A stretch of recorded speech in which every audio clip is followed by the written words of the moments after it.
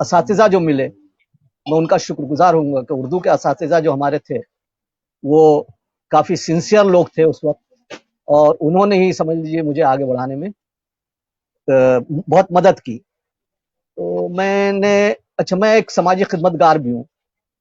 میری سماجی خدمت کا عرصہ جو ہے وہ تقریباً 50 سال پہ محیط ہے، اس لیے کہ میں 9ویں کا ہی تعلیم تھا جب سے میرے نانا اور ماموں جو ہے وہ کانگریس پارٹی سے منسلک تھے سماجی سطح پر، تو میں ان کے ساتھ ان کے آفس میں جایا کرتا تھا. اس طرح مجھے جذبہ خدمت کی بھی دلچسپی پیدا ہوئی. ہم نے تنظیم قائم کی ایک لائف کیئر فاؤنڈیشن کے نام سے، اور ہم نے سوچا کہ چونکہ لائف کیئر فاؤنڈیشن کا مقصد یہ تھا کہ لوگوں کی مدد کرنا، طلباء کی مدد کرنا، اور جو مریض ہیں ان کو مدد بہم پہنچانا طبی. تو اس کے فنڈ کے لیے ہم نے سوچا کہ کیا کیا جائے. تو ہمارے ذہن میں آیا کہ مشاعرے اس زمانے میں بہت منعقد ہوتے تھے، ہمارے کالجز کا بھی مشاعرہ ہوتا تھا اور وہ ٹکٹ سے ہوتا تھا. لیکن چونکہ زمانہ بدل گیا ہماری اپنی تنظیم قیام کے طور پر، تو اب جو ہے وہ ٹکٹیں وغیرہ جو نہیں فروخت ہوتی تھی، تو اس لیے جو اسپانسر پکڑتے تھے، تو ہم نے ہمارے تعلقات چونکہ وسیع ہو چکے تھے تو ہم نے بہت سے اسپانسرز پیدا کیے اور ان سے فنڈ لے کر کے مشاعرے جو ہے وہ ہمارے شروع ہوئے. تو اس طرح سے وہ جو فنڈ آتا تھا وہ غریب طلباء کے لیے اور ان کے لیے مریضوں کے لیے استعمال ہوتا تھا. یہ تو میرا جو ہے وہ ایک مشاعرے منعقد کرنے کی ایک دلچسپی، یعنی میں تقریباً اس کے علاوہ ہمارے جو ساتھی تھے دوسری تنظیموں کے لوگ تھے وہ میری خدمات حاصل کرنے لگے. تو میں سمجھتا ہوں شہر میں نے اب تک 40 سے زائد مشاعرے منعقد کیے، جس میں کل ہند مشاعرے بھی ہیں اور بین الاقوامی مشاعرے بھی. جب یہ سب ہو رہا تھا تو میں نے یہ سوچا کہ کیوں نہ ہم ایسا بھی کام کریں. چونکہ اردو ادب میں میری ذاتی دلچسپی تھی تو میں چاہ رہا تھا کہ ہم جو اردو کے فروغ کے لیے جو ہے آگے بڑھیں. تو ہمارے جو مشاعرے ہوتے تھے اس کا 2 عنوان ہوتا تھا کہ مشاعرہ برائے قومی یکجہتی اور فروغ اردو. تو اس عنوان پر ہم مشاعرے منعقد کرتے تھے. میں نے ایک اپنی تنظیم قائم کی اردو گگن سنستھا کے نام سے. اردو گگن سنستھا کا مقصد یہی ہے کہ اردو ادب کو فروغ دیا جائے،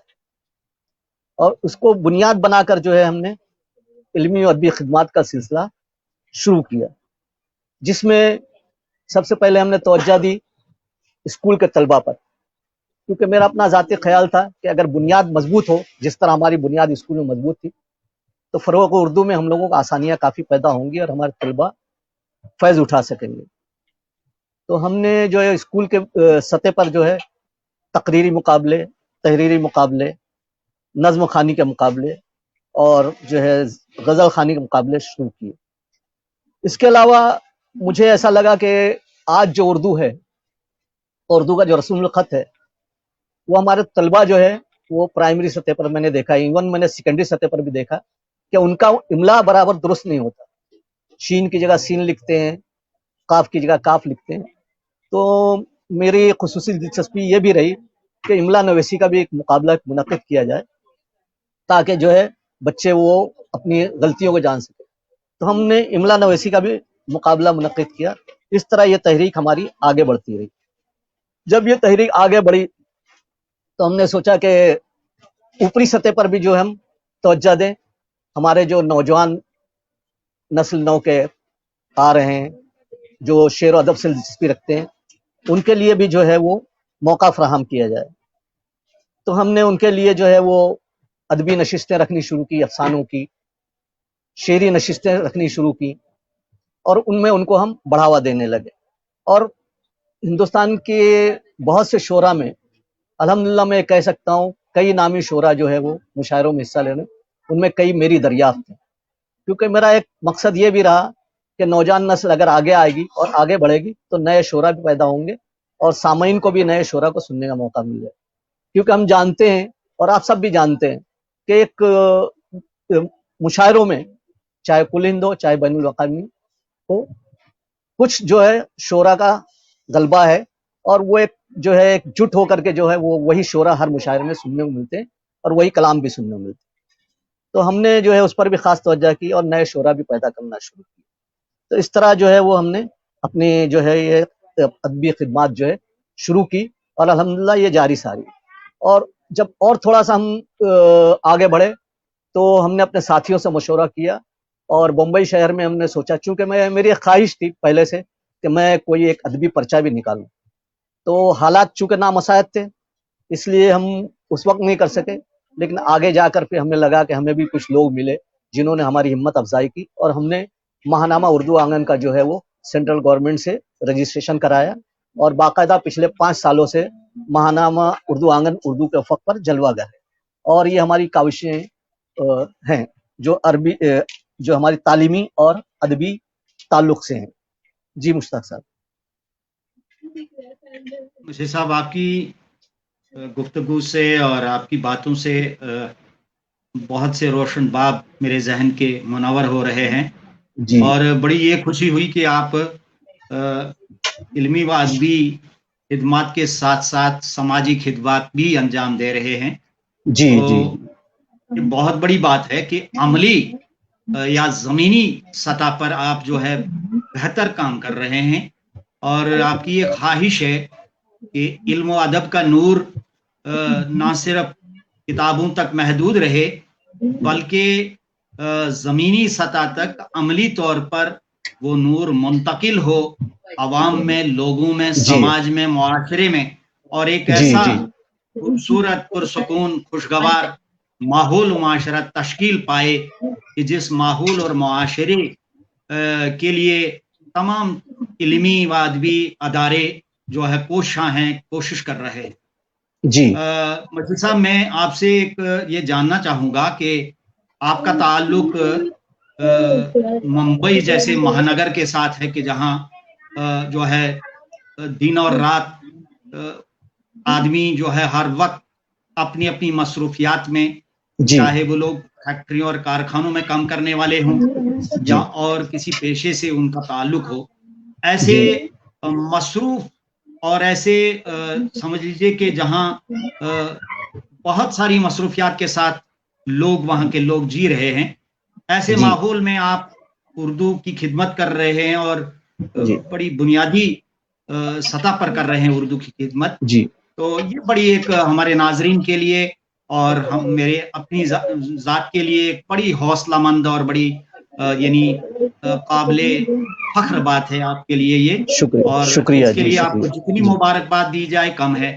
جی ہمارے جزاک ساتھ اللہ بہت سارے لوگ جڑ چکے ہیں، چشمہ فاروقی صاحبہ آپ کو مبارکباد جی دے رہی ہیں اور آپ کی شکریہ جی جی سماجی، علمی و ادبی خدمات کا جی اعتراف کر رہی ہیں، اور اس کے علاوہ جی اور بہت سارے لوگ، پھول خان صاحب، باقی جو جی نام میری اسکرین پہ یہاں ابھر رہے ہیں میں جی ان کا جی نام جو ہے پڑھ رہا ہوں، اور جی جو نام بہت جلدی سلپ ہو جاتے ہیں نہیں پڑھ پاتا ہوں تو اس کے جی لیے میں اپنے ناظرین سے معذرت خواہ ہوں۔ مشیر صاحب، آپ کی جی ادبی حیثیت چونکہ ایک شاعر کی ہے، تو جی ممبئی شہر سے ایک بڑا موقر و معیاری اور ایک جی طویل عمر جس رسالے نے پائی ہے وہ شاعر ہے، بے شک شاعر جی جی تو نکل رہا ہے، کم از کم جی میں یہ کہوں گا کہ 1 صدی وہ پورا کرنے جا رہا ہے، 100 سال، بالکل اور بالکل بالکل آپ کا تعلق اس شہر سے ہے، تو ظاہر ہے جی کہ جن جی ادب نواز دوستوں اور ساتھیوں کے ساتھ آپ کا اٹھنا بیٹھنا رہا ہوگا، جی ظاہر ہے کہ آپ کے اندر وہ تمام ادبی لطافتیں اور تمام وہ ادبی صلاحیتیں پیدا ہوئی ہوں گی، ظاہر ہے۔ جی میں یہ جی جی جاننا چاہوں گا کہ یہ شاعری کا شوق اور شاعری کی تربیت میں جی یہ سفر جو ہے آپ کا، شاعری کا سفر، جی اس کے جی بارے جی میں جی آپ تھوڑا سا ہمیں واقف کروائیں کہ آپ کب سے شاعری کر رہے ہیں، اور شاعری میں آپ کے استاد محترم کون رہے ہیں، یا جی یہ سب کچھ جو آپ کی زندگی کے اندر جی جی شاعری کا عمل دخل رہا ہے، تو اس کے جی جی پیچھے جی کچھ محرکات بھی تو رہے ہوں گے، بالکل تھوڑا بالکل اگر آپ بالکل بتائیں تو بہتر۔ جی جی شیری میں جو ہے ظفر صاحبہ، اجے مالوی صاحب، بہت سارے لوگ جی جڑتے چلے جا رہے جی ہیں، جی آپ کو خوش آمدید کہہ رہے ہیں، اور جی جی عاظم سلیم شکریہ صاحب جو ہے آپ کو مبارکباد دے رہے ہیں، جی ہے بہت کہ بہت یہ شکریہ ان کا تعلق میرے خیال میں ممبئی شہر سے ہی ہے۔ تو جی میں چاہوں گا کہ شاعری کے حوالے سے ذرا ہمارے ناظرین کو آپ بتائیے کہ شاعری کی طرف آپ کا رجحان کس طرح بڑھا۔ جیسا کہ میں نے واضح کیا کہ میں ایک زمانے سے ادبی جو شعری نشستیں ہیں وہ منعقد کرتا آیا ہوں، مشاعرے میں نے منعقد کیے، لیکن کبھی میں نے اس جانب سوچا نہیں کہ میں شاعری کروں گا. ہاں میں مضامین بہت اچھے لکھتا ہوں اور ادب پر میری تھوڑی نظر بھی ہے, مطالعہ بھی کرتا ہوں, لیکن شاعری کے بارے میں نے سوچا نہیں تھا. لیکن گزشتہ 2 سال قبل جو ہے پتہ نہیں میرے ذہن میں کیا آیا کہ لاؤ اس صنف پر بھی جو ہے کوشش کی جائے. حالانکہ اشعارات جو ہے وہ ذہن میں ابھرتے تھے اور خیالات ابھرتے تھے, تو میں نے سوچا کہ چلیے طبع آزمائی کرتے ہیں. تو الحمدللہ میں نے جو ہے وہ اس پہ طبع آزمائی کی, تھوڑا بہت مطالعہ کیا اور جو ہے پھر اشعار کہنے شروع کیے. میں یہ تو نہیں کہہ سکتا کہ میں ایک بہت اچھا شاعر ہوں. میں یہ ضرور کہہ سکتا ہوں کہ میں نثر نگاری بہت اچھی کر سکتا ہوں. ابھی جو میں افسانے لکھتا ہوں اور جو تحریریں یا مضامین آتے ہیں, اگر اس پر ڈالتا ہوں میں وال پر اور واٹس ایپ وغیرہ پر یا گروپس میں, تو مجھے کافی داد ملتی ہے میری تحریر کے بارے میں, میرے لکھنے کے انداز کے بارے میں, تو مجھے بہت اچھا لگتا ہے. تو شاعری کا سلسلہ میں نے یہ 2 سال قبل شروع کیا تھا. کچھ غزلیں کہیں, کچھ نظمیں کہیں. نظم مجھے ایسا لگتا ہے کہ میں چونکہ نثر اچھا لکھتا ہوں تو مجھے نظم لکھنے میں بہت آسانی ہوتی ہے. تو اور رہ گئی کہ ظاہر ہے کہ میں نیا ہوں تو میں اتنی گرفت نہیں ہے, تو ظاہر استاد کی تو ضرورت ہوتی. تو میں بطور استاد جو ہے ہمارے محترم طاہر نقاش صاحب برہان پور میں جو ہے وہ شاعر ہیں اور وہاں کے پروفیسر بھی ہیں, تو ان کی خدمت میں جو ہے میں اپنی غزلیں اصلاح کے لیے بھیجتا ہوں اور جو ہے وہ کمی بیشی وہ جو ہے بتاتے ہیں, اور اس طرح سے ہم اصلاح لے کر جو ہے آگے بڑھ رہے ہیں. اب وہ چونکہ ادبی تعلقات بھی زیادہ ہیں تو کہیں کہیں موقع بھی لوگ دے دیتے, کبھی چلیے, یا ہم جاتے ہیں کبھی بطور صدر کے یا بطور مہمان کے, تو وہاں پر بھی لوگ جو ہے جو ہے وہ موقع دیتے ہیں شاعری کے لیے, کچھ اپنا کلام پیش کرے. تو اس طرح سے وہ ہے. بہرحال شاعری جو ہے زیادہ میں مضبوط شاعر نہیں ہوں, یہ میں اس کا اقرار کرتا ہوں. میرے شغف اپنی جگہ ہے, اپنا شغل اپنی جگہ. بشیر صاحب, میں نے آپ کے افسانے پڑھے ہیں آنگن میں, جی اور بھی جی مختلف رسائل میں پڑھے ہیں. بہت یعنی متاثر کرنے والے افسانے ہوتے ہیں اور سبق آموز بھی. جی جی جی اس حوالے سے میں پوچھنا چاہوں گا کہ افسانہ نگاری جو ہے, افسانہ نگاری بھی ہماری دوسری اصناف ادب کی طرح مختلف رجحانات اور تحریکات کے ساتھ ساتھ اس نے بھی اپنا ایک خاص نقش چھوڑا ہے ہماری تاریخ ادب اردو میں اگر ہم دیکھیں. اور جیسے ایک زمانے میں رومانی قسم کے افسانے لکھے جاتے تھے, اور پھر جب ترقی پسندی کا زمانہ آیا تو یعنی بالکل حقیقت نگاری اور سماج کی ان تمام زبوں حالیوں اور ان ظلم و زیادتیوں یا ان تمام خرابیوں کو جو ہے موضوع بنا کر یہ کوشش کی گئی کہ مخلوق الحال اور غریب طبقہ جو ہے, جو مزدور طبقہ ہے, ان کے جذبات اور احساسات کو جو ہے قلمکار افسانہ نگار سامنے لائے. بہرحال ترقی پسند تحریک کے زیر اثر جو ہمیں افسانہ پڑھنے کو ملتا ہے, اس میں فنی لوازمات کے ساتھ ساتھ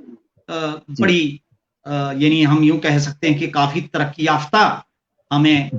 نظر آتا ہے اردو افسانہ. اور اگر ہم دیکھیں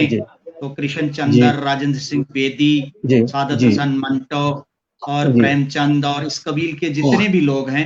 انہوں نے بڑے پائے کے افسانے لکھے ہیں جو کو ہم سدا بہار افسانے کہیں گے کہ جب بھی نئی نسل ان افسانوں کو اٹھا کر پڑھے گی تو یقیناً ان کو بصارت و بصیرت ملے گی ان افسانوں سے. اس کے بعد جو زمانہ آیا وہ جدیدیت کا زمانہ آیا, اور جدیدیت کی تحریک نے ہم افسانے سے تاریخ کو بہت حد تک دور کر دیا, کیونکہ جہاں ترقی پسندی نے جو ہے انسان کی خارجی زندگی کو پیش کیا افسانے کے ذریعے سے, وہ ان افسانہ نگاروں نے کہ جو ترقی پسند تحریک سے وابستہ تھے, انہوں نے زندگی کے حقائق یا خارجی زندگی کو زیادہ تر پیش کیا. لیکن جدیدیت کے زیر اثر جو افسانہ نگار سامنے آئے تو انہوں نے داخلی زیادہ زور دیا, ان نفسیاتی ان چیزوں کو زیادہ تر دیکھنے کی کوشش کی. تو کل ملا کر ہم یہ کہہ سکتے ہیں کہ آپ جو افسانے لکھتے ہیں کیا وہ علامتی ہوتے ہیں تجریدی ہوتے ہیں یا بیانیہ انداز کے افسانے ہوتے ہیں آپ کے؟ تو اس کے بارے میں تھوڑا سا آپ بتائیے گا کہ آپ کے افسانوں میں فنی لوازمات کی وہ پوری جو ہے ہمیں پاس و لحاظ ملتا ہے یا نہیں؟ جی جی سب سے پہلے تو میں جو ناظرین دیکھ رہے ہیں ان کا شکریہ ادا کرنا چاہ رہا ہوں، جو مجھے مجھ پر کمنٹ بھی کر رہے ہیں، مبارکباد دے رہے ہیں، ان کا شکریہ ادا عاظم کر دیں۔ سلیم صاحب آپ کو دیکھ رہے ہیں، آپ کو خوش جی آمدید کہہ رہے ہیں۔ جی بہت بہت شکریہ جی عاظم جی سلیم صاحب اور دیگر جو بہت ہیں۔ جی بہت سارے میں لوگ ایک ہیں، بات، بہت سارے جی لوگ جی جی جی جی افسانی نگاری کے تعلق سے میں ایک بات آپ کو بتاتا چلوں کہ میں جس علاقے میں رہتا ہوں وہ مدن پورہ کا علاقہ کہلاتا ہے، بہت مشہور بائکلا علاقہ جو ہے وہ وہاں پر مسلمانوں کی ایک کثیر آبادی ہے، مدن پورہ علاقہ اور مومن پورہ علاقہ۔ ہمارا جو مومن جی پورہ علاقہ ہے وہاں ایک بہت قدیم لائبریری ہے جسے ہم عوامی ادارے کے نام سے جانتے ہیں۔ ممبئی کے قلب میں مشہور لائبریری آج بھی واقع ہے اور یہاں کم سے کم 10,000 سے زائد کتب آج بھی موجود ہیں جہاں آپ جا سکتے ہیں، ان سے لے سکتے ہیں اور مطالعہ کر سکتے ہیں۔ اس کی خصوصیت یہ ہے عوامی ادارہ لائبریری کے کہ تحریک پسندی جو ترقی مصنفین کی جو تحریک تھی وہ یہاں پر ممبئی میں شروع ہوئی اسی عوامی ادارے کے حال میں۔ یہاں پر جناب سجاد ظہیر صاحب، زویا انصاری صاحب، کیفی اعظمی صاحب، ساحل لدھیانوی صاحب اور دیگر جو ترقی پسند تحریک سے لوگ جڑے تھے وہ سب جو ہے یہاں آتے تھے اور ان کی محفلیں جمتی تھیں، جتنے بھی شعراء ہیں، جتنے بھی ادبا ہیں۔ تو اکثر ایون منشی پریم چند بھی جو وہاں کرشن چند بھی وہاں تشریف لا چکے۔ تو ہمارا کبھی کبھی جانا بھی ہوتا تھا میرے اپنے بچپن میں، لیکن ہم اتنے زیادہ نہیں سمجھتے تھے، لیکن ان کو سنتے تھے اور سمجھتے تھے۔ انہوں نے جو ہے وہ ایک چوراہا گروپ کے نام سے ایک جو ہے وہ قائم کی ایک تنظیم، اس کے ذریعے جو ہے وہ چوراہوں پر جو ہے چھوٹے چھوٹے ڈرامے جو ہے وہ کرتے تھے۔ تو وہ تھوڑا سا، اور میرا چونکہ رجحان تھا، میں نے بتایا کہ اردو ادب سے میرا لگاؤ تھا، تو میں اسکول کے زمانے میں بھی جو کہانیاں وغیرہ چھوٹی چھوٹی لکھتا تھا، اور وہ ہمارے وہاں جو مشہور آج بھی انقلاب جو ہے زندہ ہے، وہ انقلاب میں، اردو ٹائمز، اس طرح کے اخباروں میں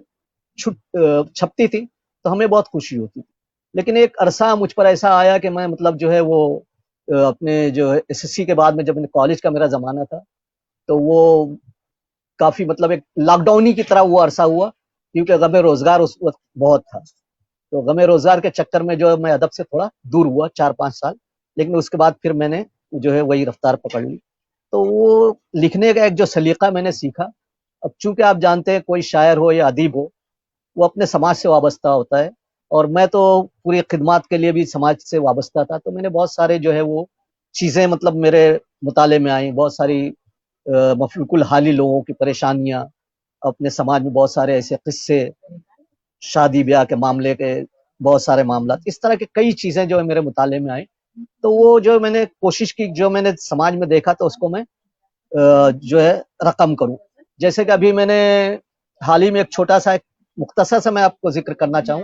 کہ جو ہجومی تشدد چل رہا تھا، تو وہ اس وقت جو ہے وہ میرے ذہن میں آیا کہ ہمارے مسالک کا بھی بہت بڑا معاملہ ہے آپس میں۔